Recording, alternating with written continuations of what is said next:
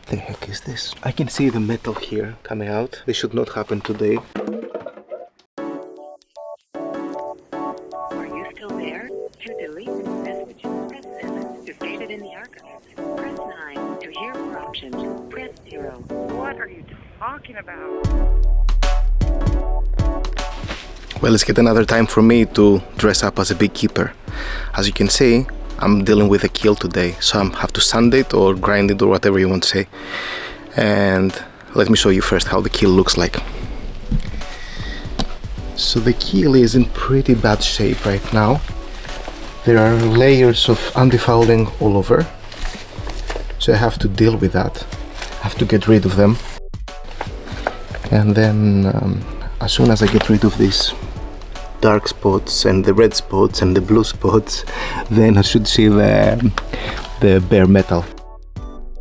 This is a cast iron keel, so as soon as I grind it, as soon as I sand it down, I have to really quickly go there and tackle it with some primer. I've already started experimentally dealing with this first part, but then this is a big guy and I've been told that I have to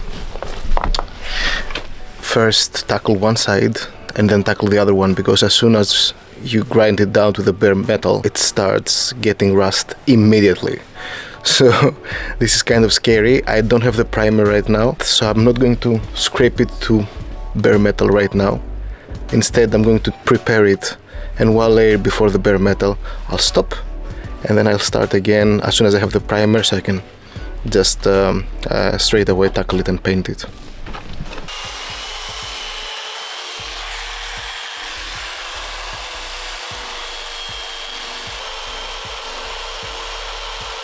So we're having some progress, and the keel is half done, only this side, so it's 1/4 of the whole keel. And then I'm trying to remove the black antifouling first and then see what's underneath that. I can see the metal here coming out.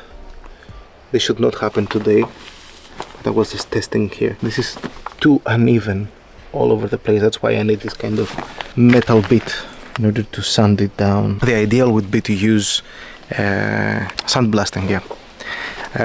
But the thing is, we cannot really create a lot of mess around with big industrial tools, so you have to use what we have right now. Basically, not too loud, not too dirty. Well, this is not ideal to work on a boat, but then again, this is what we have and I'll take it.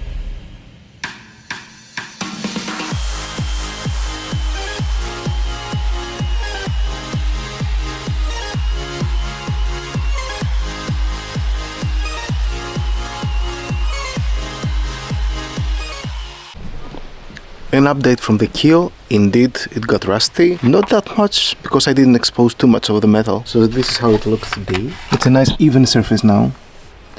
I have to sand it down with a 36 sandpaper just before I apply the primer. Another session yesterday to clean the other part and sand it down and make a start. So I started even this one, but then I realized that it's better to do it on the day that I will paint it, so it will not get rusty. And I'm trying to grind down to make it even and see if I need to even remove the filler completely and add a new one. But I don't want to add an extra step right now in my progress in order to splash the boat quite quickly and not wait here forever. What the heck is this?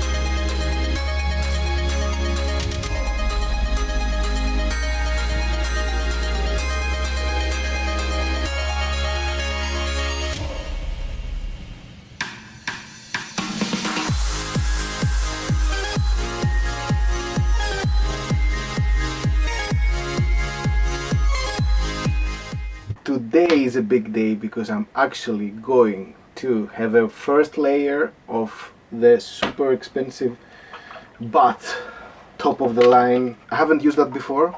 It's an epoxy.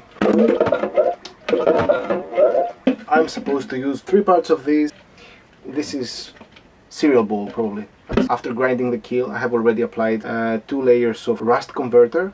5 layers of the first kind of epoxy primer. That's red. I'm not sure if the same one is for this one. I also had some kind of impurities and some grooves on the left side of the keel, so I had to grind all the old filler from the impurities and then put new filler in. Got the epoxy filler for that thing. I got the micro bubbles. I mixed them up, 2 components and then the micro bubbles and then a lot of stirring, and then I applied a couple of times the filler. So I had to grind down, then apply, grind down, and now I'm actually ready to start painting with this Interprotect thing. I will go through the instructions. Okay then, so this is pretty straightforward. I have to just mix it up and use it. Cleaned all the dust from the keel, and I'm now going down to apply the first layer. I use the roller, way easier than the brush. And this is the end result after 4 layers of the second primer. Then, since I had all the tools in hand, I decided to proceed with the wire brushing of the propeller, the shaft and the P-bracket. And then I reached the brass part of the propeller. Finally, I used the leftover primer and anti-fouling from the keel, which was really wrong because there's a special primer and anti-fouling for brass parts produced by brands like Velox. As a pro tip, I was instructed to use Sikaflex where the bracket beats the hull. And this is the final look of the keel. I like it. I like that it's black and it's not copper coat. Well, let's see how long this will last. Ooh. Well, we have a bit of a progress here. I was about to say a bit of a problem. No, probably not. Okay. Before the anti-fouling,